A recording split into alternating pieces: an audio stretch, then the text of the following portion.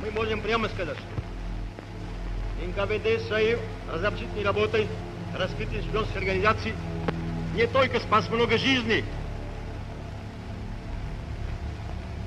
которым угрожала опасность от врагов, шпионов, диверсантов, разведчиков.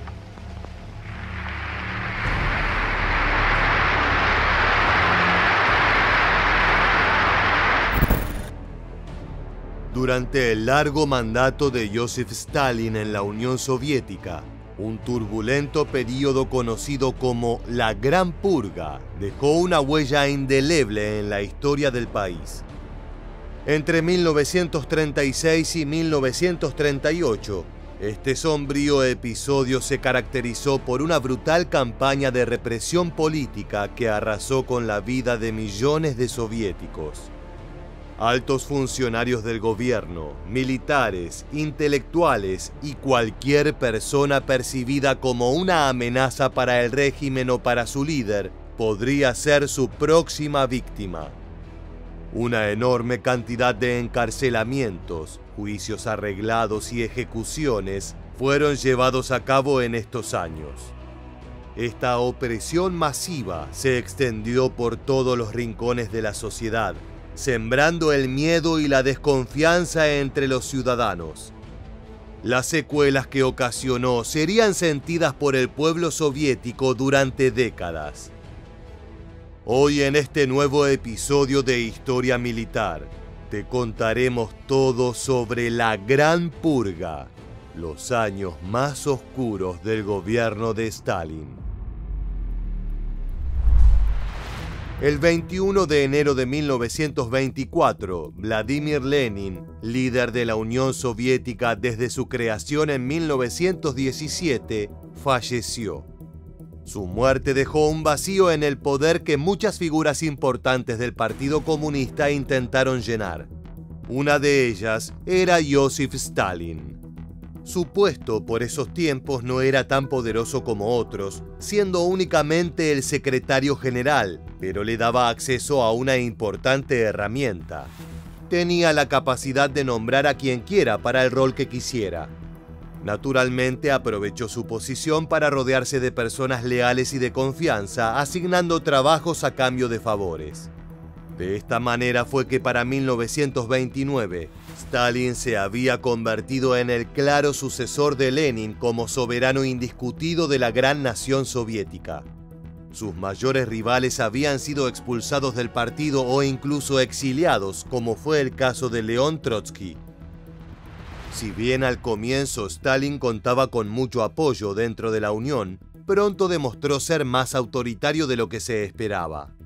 Libertades que Lenin había ejecutado o prometido se vieron restrictas, y la palabra del flamante líder pesaba mucho más que la de sus consejeros. Además, su plan de convertir la economía soviética de una agrícola a una industrial tuvo terribles consecuencias. Logró su objetivo creando millones de fábricas pesadas que modernizaron el territorio, pero esto trajo consigo una escalofriante pérdida de vidas. La colectivización forzada de la agricultura fue un fracaso en términos de producción de comida y dio como resultado una hambruna masiva en varias regiones del país. Sus efectos se sintieron principalmente en Kazajistán y Ucrania, donde se estima que entre 6 y 8 millones de personas murieron de inanición. Este oscuro período fue denominado Holodomor, que literalmente significa muerte por hambre. Muchos campesinos se sublevaron ante las hambrunas que surgieron de estas medidas económicas. Las rebeliones que llevaron adelante fueron dura y sangrientamente reprimidas, con miles de habitantes encarcelados o asesinados. Esta tragedia es considerada por Kiev y una docena de países como un acto de genocidio del régimen soviético, cuando Stalin obligó a los campesinos a ceder sus tierras y bienes personales a las granjas colectivas.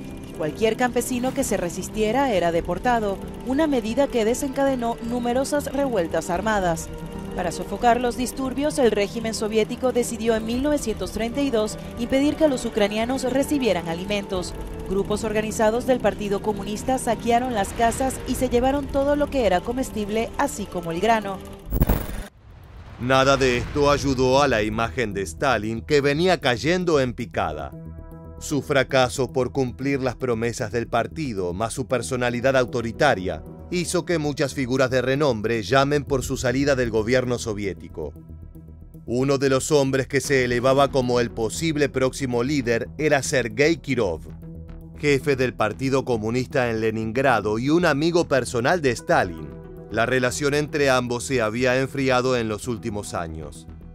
Según algunos testimonios en las elecciones de 1934, que indicarían la entrada de los candidatos al Comité Central del Gobierno, Kirov recibió solo 3 votos negativos. Stalin, 292. Pero detrás de escena se acomodaron los resultados para generar un empate, logrando que la autoridad de este último no flaquee. De todas formas, el dictador había tomado nota. En diciembre de 1934, Sergei Kirov fue asesinado de un disparo por la espalda en su lugar de trabajo. El tirador fue apresado rápidamente y tras un brutal interrogatorio, dio a sus captores una extensa lista de cómplices. Muchos de los señalados eran los rivales más acérrimos de Stalin y sus principales detractores dentro del Partido Comunista. Mientras estos hombres eran apresados, varios terminaban confesando que sus complots tenían como objetivo final la muerte del líder ruso. Pero se pone en duda la veracidad de estos testimonios, ya que muchos de ellos fueron obtenidos bajo tortura. Además, existen otras incongruencias, como el hecho que la NKVD, la policía secreta soviética, dejó a Kirov con tan solo un guardaespaldas el día de su asesinato. Todo esto parece indicar que Stalin había planeado el atentado para justificar lo que vendría a continuación. La muerte de Kirov se considera como la antesala de lo que sería la Gran Purga. Si bien los directamente implicados con su asesinato fueron ejecutados o enviados a prisión en las semanas siguientes, las acciones por las que se conocen a este régimen de terror comenzarían en 1936. En este año fue cuando se realizó el primero de los que vendrían a denominarse Juicios de Moscú. Durante los mismos, exmiembros del partido fueron acusados de participar de los complots que acabaron con Kirov y que también quisieron hacerlo con Stalin. Casualmente o no, todos eran rivales del líder soviético, aliados con Trotsky y otras figuras poderosas como Nikolai Bukharin. No se instaló un jurado civil y los jueces declararon culpables a todos los que pasaron por el estrado. Estas personas, sin excepción, terminaron por confesar sus crímenes. Pero esto sucedía tras meses de encierro e interrogatorios, que muy frecuentemente conllevaban a su vez torturas. Golpizas, privación de sueño y amenazas a la familia del prisionero eran solo algunos de los métodos que la NKVD empleaba para conseguir su sumisión. Algunos solo aceptaban confesar estos cargos luego de que se prometiera perdonar a sus mujeres e hijos. Pero en muchos casos, luego de la condena de los acusados, Stalin personalmente ordenaba la muerte de ellos. Cualquiera podía ver que estos juicios eran una farsa, pero nadie se atrevió a emitir palabra. Behind the walls of this beautiful building in Moscow, Zinoviev and other Soviet officials are standing their trial for plotting against the life of Stalin. Many more leaders are implicated in the conspiracy. Zinoviev has admitted his guilt. Trotsky is said to have given final instructions against the life of Stalin. The people have demanded the death sentence on Leo Kamenev, a veteran of the Russian Revolution. El más conocido de estos tuvo lugar en 1938. Se promovió como la culminación de todos los juicios anteriores, en donde 21 personas fueron acusadas de ser los máximos autores de la conspiración que asesinó a Kirov. Entre ellas se encontraba Nikolai Bukharin, pero también otros miembros recientemente considerados como aliados acérrimos de Stalin, como el ex jefe de la NKVD, Henryk Jigoda. La Gran Purga acababa incluso con sus principales autores. Nadie estaba exento de ser acusado. En otros casos ni siquiera se tomó el trabajo de realizar juicios. En estos años, un elevado número de personal gubernamental murió en formas muy sospechosas. siempre eran catalogadas como muertes accidentales o naturales, pero miembros de la NKVD frecuentemente se encontraban en la escena cerca del momento del fallecimiento. Los supuestos ataques cardíacos nunca fueron más comunes que en esta época. Sin embargo, la Gran Purga no fue únicamente detrás de miembros o exmiembros del Partido Comunista. Artistas, escritores, periodistas, profesores y científicos fueron algunas de las víctimas de esta represión masiva. Cualquiera que osara criticar a Stalin o a su régimen podía ser perseguido por la policía secreta del país, acusado de ser espía, saboteador o simplemente un parásito del Estado. A partir de 1937 también se comenzó a ir detrás de miembros del Ejército Rojo, que en principio eran considerados como apolíticos. Decenas de miles de oficiales, desde tenientes a generales, fueron condenados y fusilados en solo unos años. Frecuentemente los cargos eran conspiración con gobiernos extranjeros, principalmente la Alemania nazi. Se cree que una de las razones por la que Stalin complotó contra esta institución era que temía el aumento en la popularidad de ciertas figuras que podrían rivalizar con su poder. La purga en las Fuerzas Armadas tuvo un efecto desastroso, dejando en las posiciones de autoridad a los más serviciales o leales a Stalin y no a los más capaces. En los años siguientes, toda la Unión Soviética sufriría las consecuencias de este acto. Aquellos que no eran fusilados eran enviados a los conocidos gulags.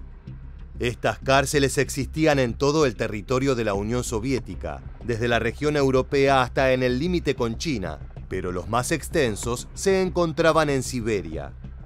Aquí, prisioneros políticos y criminales comunes eran obligados a realizar trabajos forzados en condiciones inhumanas durante jornadas que podían llegar a las 16 horas. Pero incluso ser familiar de aquellos acusados era motivo suficiente para ser trasladado a estos campos. Hermanos, padres, esposas, hasta las que estaban embarazadas, e hijos fueron también enviados a los gulags. El frío ártico, el hambre y las enfermedades acabaron con tantas personas como los frecuentes abusos de los guardias. Además, cualquiera que pudiera llegar a ser considerado una futura amenaza para Stalin podía ser fácil y silenciosamente eliminado en estos lugares. Para la sociedad, una vez que alguien era llevado a un gulag, la probabilidad de verlo una vez más era casi nula. Millones de aquellos que entraron a estos lugares nunca volvieron a conocer la libertad.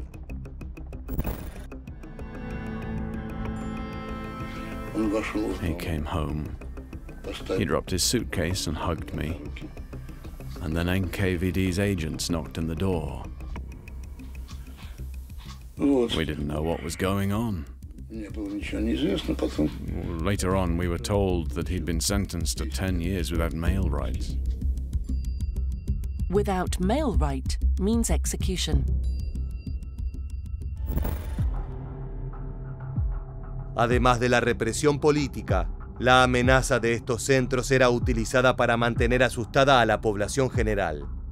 Cualquier mínima infracción podía ser motivo para un viaje de ida hacia un gulag. Llegar tarde al trabajo tenía la posibilidad de ser considerado, por capricho del capataz, sabotaje al crecimiento de la Unión Soviética. Así fue como el pueblo, a través del terror, se mantuvo leal al dictador soviético. Las purgas también se concentraron en miembros de otros partidos, que si bien no tenían importancia en el cuadro político de la Unión Soviética, no compartían los ideales de Stalin. Antiguos integrantes del régimen zarista, cabecillas de rebeliones campesinas, clérigos de la Iglesia Ortodoxa y hasta ladrones corrieron el mismo destino: fusilamiento o gulag. También se centró en nacionalidades específicas, vistas como inferiores a la rusa. Esto lo sufrieron en mayor medida los pueblos polacos que vivían en el territorio, que vio más de 100.000 ejecuciones. Pero también hubo miles de víctimas de origen alemán, ucraniano, finlandés, báltico, búlgaro, afgano, iraní, kazajo y chino, entre muchas otras. Algunos autores dicen que el objetivo de estas matanzas masivas era evitar que estas personas conspiren con países extranjeros en el caso de una invasión. Sea cual sea el motivo, ya sea impulsado por fines étnicos o de carácter político, estas operaciones causaron la muerte de casi 500.000 de seres humanos. Pero si bien Stalin daba las órdenes, no por esto hay que pensar que sus seguidores actuaban con remordimiento. La NKVD se componía de aquellos que mostraban lealtad ciega o una extrema afinidad con las políticas del líder soviético, por lo que llevaban adelante sus encargos entusiásticamente. Como se mencionó previamente, Henryk Jigoda cayó en desgracia y fue depuesto como jefe del organismo en 1936. Fue reemplazado como comisario por Nikolai Yezhov, quien increíblemente resultó ser mucho más terrible que su predecesor. Él encabezó las campañas contra nacionalidades específicas e incluso comenzó a actuar sin consultar antes a Stalin. La población de los gulags se multiplicó enormemente durante su régimen. Los años en los que Yezhov estuvo a cargo de la represión terminaron siendo sin duda los más brutales de todo este terrible proceso. No es de extrañar entonces que la Gran Purga también lleve el nombre de Yezhovshchina o Período de Yezhov. Ordinary people found themselves accused wrongly of being disloyal to Stalin's government, and then they faced brutal interrogation and torture. Many also lost their jobs, and some were of course falsely accused, and Yezhov would later say, "There will be some innocent victims in this fight against fascist agents. We are launching a major attack on the enemy. Let there be no resentment if we bump someone with an elbow. Better than 10 innocent people should suffer than one spy get away. When you chop wood, chips fly." Hasta el mismo Stalin se impresionó cuando vio algunos reportes de la cantidad de muertos que habían ocurrido bajo órdenes de su subalterno. Ni siquiera él creía que todos los asesinados eran culpables de los crímenes de los que se los acusaba. Además, resentía los casos en los que había actuado sin su permiso o con iniciativa propia. Esto, sumado a que Stalin desconfiaba de cualquiera que podría conseguir una posición de poder en el futuro, significó que la oscura trayectoria de Yezhov llegara a su fin. En 1938, el comisario de la NKVD fue depuesto y arrestado. Sería condenado a muerte y ejecutado años más tarde, pero el momento de su caída en desgracia marcó el fin de la época más oscura de la Gran Purga. Stalin, queriendo ahora separarse de la masiva represión, condenó el accionar de la NKVD y su jefe, lamentando la cantidad de inocentes asesinados. La realidad era probablemente otra. El líder soviético ya podía adivinar el conflicto que tendría lugar próximamente contra la Alemania de Hitler. Necesitaba concentrarse en reconstruir el poderío militar del país si quería hacerle frente, y no en asuntos internos. Además, la Gran Purga ya había logrado sus objetivos principales. De los 6 miembros del gobierno original soviético que había llegado al poder luego de la revolución y que seguían vivos cuando la purga había comenzado, solo quedaba Stalin. 4 de ellos fueron ejecutados por orden del líder. El otro, León Trotsky, se encontraba exiliado en México, pero sería asesinado en 1940 por una operación encubierta de la NKVD. La posición de Stalin nunca había sido más segura, con sus principales opositores exiliados, encarcelados o ejecutados. La población vivía en miedo constante de ser reportada como enemiga de la Unión, por lo que cumplían con lo que se ordenaba desde el Kremlin de Moscú sin quejas. Para cuando la Gran Purga terminó, la Unión Soviética había visto morir a aproximadamente 1,5 millones de personas. Este número solo refleja las ejecuciones políticas producto de la persecución de la NKVD. Si se cuentan aquellos que murieron en los gulags y los muertos por inanición, como hacen algunos autores, las cifras ascienden a casi 10 millones. Pero si bien el periodo de 1936 a 1938 fue el más despiadado, la represión continuó en menor medida hasta la muerte de Stalin en 1953. Incluso durante la Segunda Guerra Mundial, generales acusados de cobardía o de incompetencia extrema eran encarcelados y en muchos casos fusilados. Fue en este conflicto en donde se vio una de las mayores consecuencias de la Gran Purga. Como se dijo anteriormente, un elevado número de oficiales del Ejército Rojo fueron perseguidos y eliminados por la NKVD. Muchos de ellos eran veteranos de la Guerra Civil Rusa o de otras contiendas bélicas posteriores, y esta experiencia se perdió para siempre en los gulags o en las tumbas anónimas. Cuando estalló la Guerra de Invierno contra Finlandia en noviembre de 1939, todo el mundo pensaba que el gigante soviético arrasaría con su pequeño vecino. Pero los defensores humillaron a los inexpertos generales de Stalin, y cientos de miles de soldados murieron en la nieve. Cuando Alemania invadió el territorio en 1941, los frutos de la represión contra su propio pueblo se sintieron aún más. Luego de la muerte de Stalin, Nikita Khrushchev asumió el mando de la nación. Inmediatamente comenzó a deshacer el legado de su predecesor, señalándolo como un tirano sediento de sangre y denominando a las purgas como serios abusos de poder. Para subsanar algunas heridas aún presentes en el país, ordenó que aquellos prisioneros políticos que seguían retenidos en los gulags fueran liberados. Así comenzó la desestalinización, que le otorgó al pueblo soviético muchas libertades que el dictador anterior había reprimido.